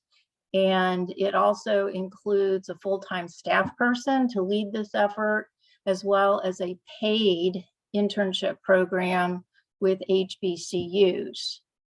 During Archaeology Month, which was just in October, we produced a poster that focused on African American schools, and it was entitled Black Scholarship Across Time. If you haven't seen it, it's a wonderful blending of history, architecture, and archaeology. We've recently launched a study of the historic resources associated with African American watermen, who for many years made their living on the Chesapeake Bay. These are fragile resources that have not really been well documented or researched, so we're excited about that project. And then, of course, our emphasis on diversity guides our prioritization for register nominations, survey, and new highway markers. And speaking of highway markers, I don't know if you've noticed, but interest in this program has really exploded. And that's for a variety of reasons, including the fact that Governor Northam has sponsored 3 contests for students to make suggestions of topics. 2 were focused on African American history, and then more recently, a contest focused on Asian Pacific Islander history. And I'll just let you in on a little advanced PR that 2 more contests will be announced before the end of the year. So we've been really busy with the marker program, and I'm really proud to report that 51% of the new markers over the past 4 years have addressed aspects of African American history. So bottom line, diversity, equity, inclusion are foremost on our minds and guides pretty much everything that we're doing these days. But there are some other things that I just want to call your attention to. We've just completed our 6-year comprehensive plan, which we're required to produce as a grant requirement of the federal funding that we receive. So this is a preservation plan for the Commonwealth, and it is in final editing and will be available to the public in the next couple of weeks. We've been able to reestablish an underwater archaeology program, which I'm so excited about, possible because of increases in funding through the General Assembly. We were also able to significantly increase our storage area for our ever-growing archaeological collection. We were able to make some salary adjustments for our staff. We've launched a historic cemetery newsletter. So all kinds of things going on, and that's really just the tip of the iceberg. As far as our core programs go, our numbers for register listings, the numbers of properties surveyed every year, and tax credit projects remain some of the highest in the country. And we did not experience a decline in any of those programs during the pandemic. Looking ahead, DHR recently put forward some admittedly very ambitious budget requests. These include an entirely new grant program targeting Black, Indigenous, and people of color communities. And it would allow for a wide range of eligible projects. We are requesting more resources for community outreach, this time to target Native American tribes. We would like to do a survey of resources related to the Underground Railroad.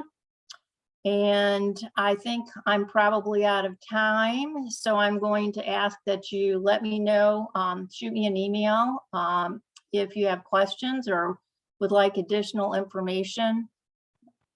This part of the state, Central Virginia Piedmont, is still served by the Eastern Regional Office, which is staffed by Mark Wagner and Mike Clem.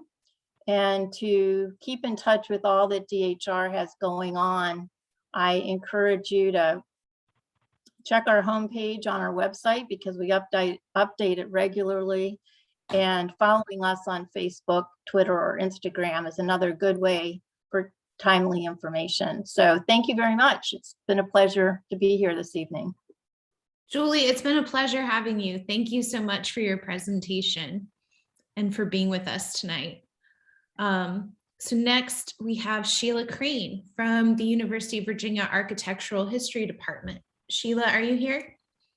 I am. Thank you so much, Rebecca. And thanks to everyone for sticking with it. For us final speakers, my name is Sheila Crane, and I'm currently the chair of the Architectural History Department at the University of Virginia. I'm really delighted to have been invited to join you. I want to start, and Rebecca, could you go to the next slide? By welcoming or inviting all of you, if you haven't yet had a chance to visit the now reopened Fralin Museum of Art at UVA. There's a fabulous show called Skyscraper Gothic that my colleague in the Architectural History Department, Lisa Riley, co-curated with Kevin Murphy. A number of students were involved in the exhibition, including a collaboration with our colleague Elgin Cleckley in the architecture department, who teaches courses in design thinking and with whom Lisa Riley has had an ongoing collaboration. So students were involved in the organization of the exhibition and the design. So if you haven't had a chance to visit, the show is up until the end of December, and it's wonderful to have the Fralin reopened and for us to be back together in-person classes at UVA. So I'm going to just tell you a little bit about some other courses that are happening this semester that involve engagement in the community. Rebecca, could I have the next slide, please? So Lisa Riley, in collaboration with Elgin Cleckley, are teaching a course together this semester focused on the Anne Spencer House and Garden in Lynchburg. They've been working with their students on the history of the site, on the documentation of this important house and residence and garden of one of the leading figures of the Harlem Renaissance, working with people on site, including, could I have the next slide? Sean Spencer Hester, who you see in the photograph on the right, who's actually the granddaughter of Anne Spencer and the director of the museum. So our students, along with Lisa Riley and Elgin Cleckley, have been collaborating together with colleagues at the Anne Spencer House and Garden on this incredible site. And I hope that maybe next time we meet in person, I can share more about the results of their project. I also wanted to, and Rebecca, could I have the next slide? Update a little bit about the ongoing digital heritage documentation projects that my colleagues Andy Johnston, along with Will Rourke, who I believe is on the call tonight, and maybe should be the one really speaking about what the work that they have been doing with their students. But Andy and Will have been doing a really extraordinary project of digital documentation of a number of sites at the University of Virginia and further afield. They've just started a project documenting Rosenwald schools. So a theme that we keep returning to this evening, and this is one of those projects. Could I have the next slide? And they've also worked together with the Palladian members of the Palladian Society for America on the documentation of the ruins at Barbersville. Could I have the next slide, Rebecca? And I should say, you know, that's a part of an ongoing project that Will and Andy are working on with their students and more information to come on the public facing, the public face of that project. I also wanted to mention a course that's been ongoing last spring while we were still all learning together online by my colleague Allison James, who's been working with students at UVA and students and faculty at the University of Liberia on a really interesting cultural landscape documentation project focused on Providence Island, on Monrovia, on the capital of Monrovia in Liberia. And while this may seem very far afield from Virginia, as Allison and her colleagues in Liberia have pointed out, the first president of Liberia's wife was an enslaved laborer at UVA. So in fact, this distant history is very much connected to our local history. So I wanted to share Allison's work that she's been doing, actually taking advantage of our new facility with Zoom to work with students and at UVA and our counterparts, faculty and students at the University of Liberia. And they're in the midst of together producing a series of recommendations that they'll submit to the World Monuments Fund in the hope of helping create the outlines for a preservation project there. Could I have the last slide, Rebecca? And I just wanted to let you all know that we were delighted this fall to be able to celebrate Travis McDonald, who was named the 2021 Distinguished Alumni Recipient from the School of Architecture at UVA, in recognition of the really extraordinary work that he's been doing with his colleagues at Poplar Forest.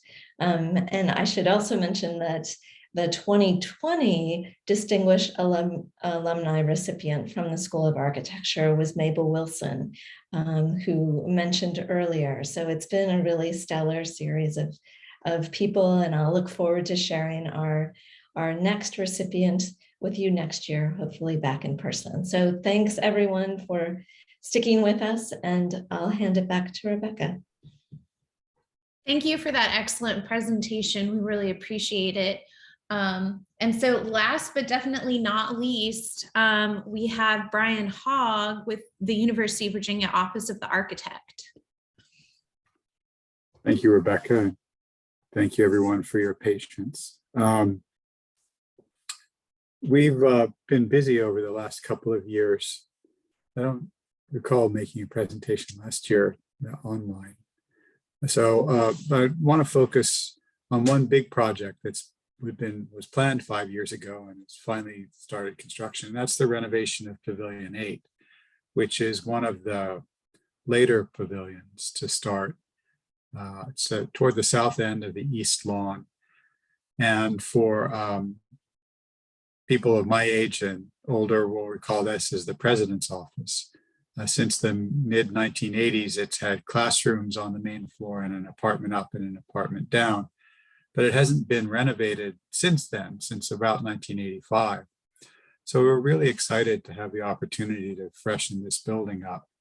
One thing that set this building apart from the others was that the original Carrara capitals had been painted at some point, probably because they were so soiled. So we had a conservator come to remove the paint, and they did that by building the plywood box you see in the center photo around each capital and using steam to loosen the paint. And then working very diligently for many, many hours with basically dental tools to remove the paint from all the crevices. And on the extreme right is that capital cleaned. And we're really pleased with how it turned out. The carving on the backside of these is just amazingly crisp, just as it was when it left the port in Carrara. The other conservation effort we undertook was to clean and restore the entablature in the parlor of the house, which is on the second floor. You can see here one of our paint removal samples showing how the cornice was assembled, the frieze of the cornice was assembled. The red elements are composition or terracotta, and then the gray pieces are actually lead. The composition didn't lend itself to really fine detail for the skinny rods.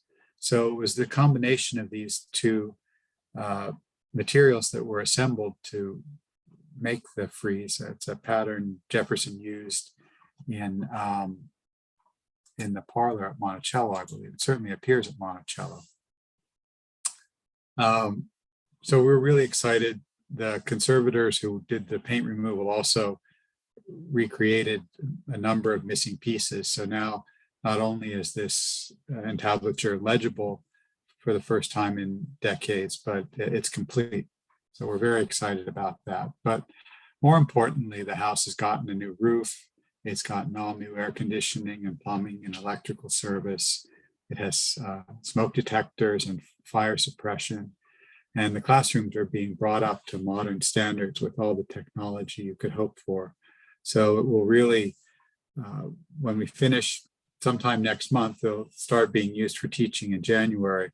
It will really be a robust learning environment that people will be happy to use.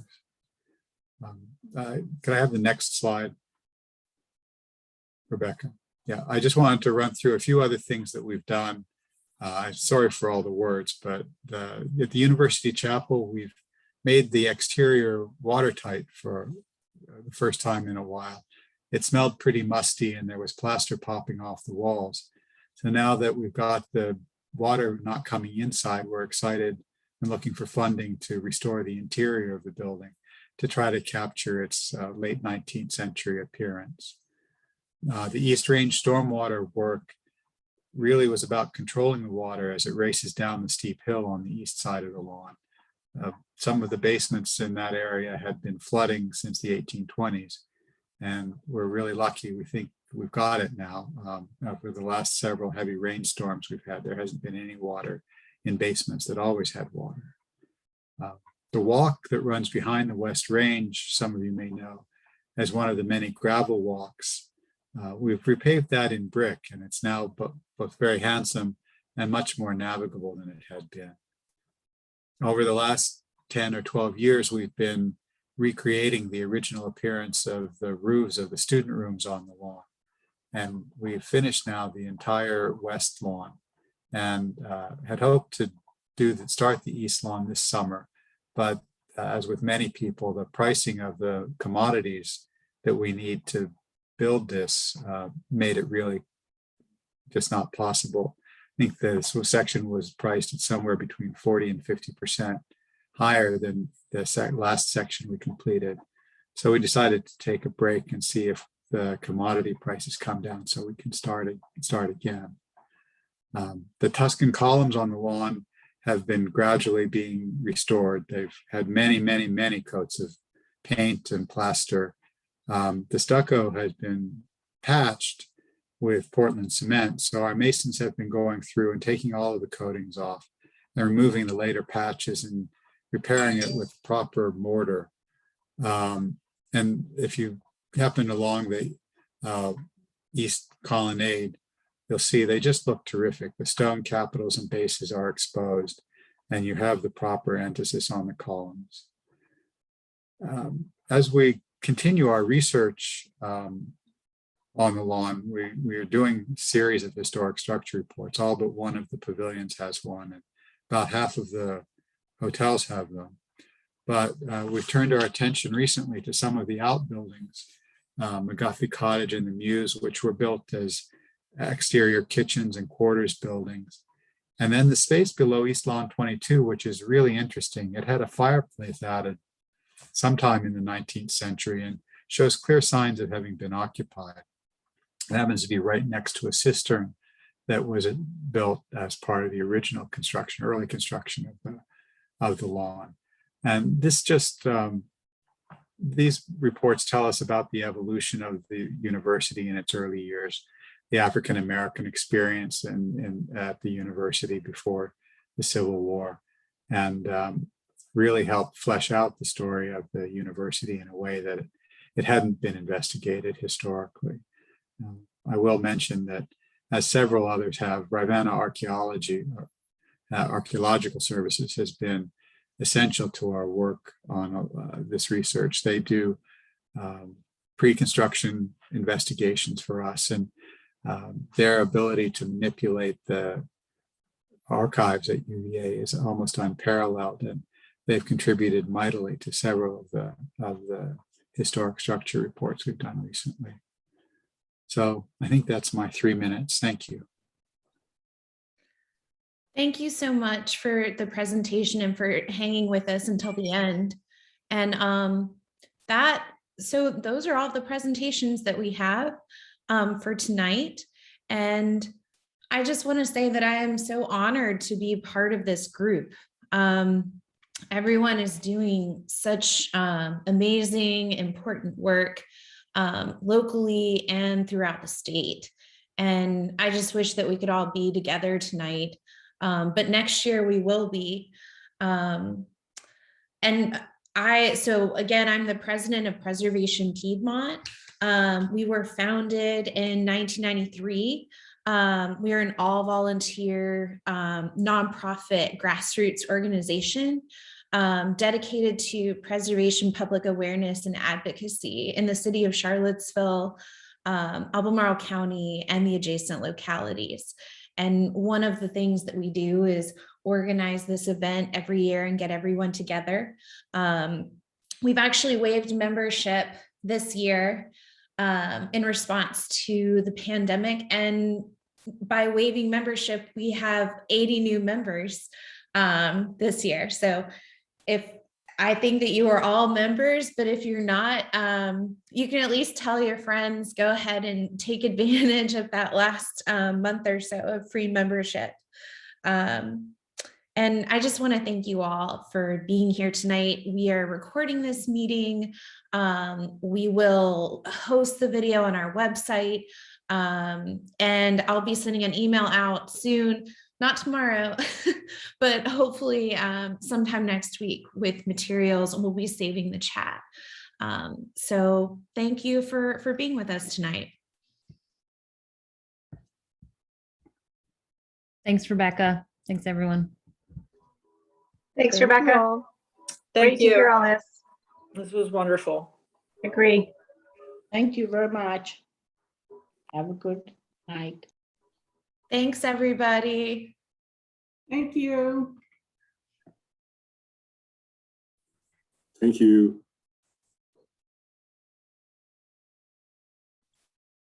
Thanks, Rebecca. Thanks, Maria.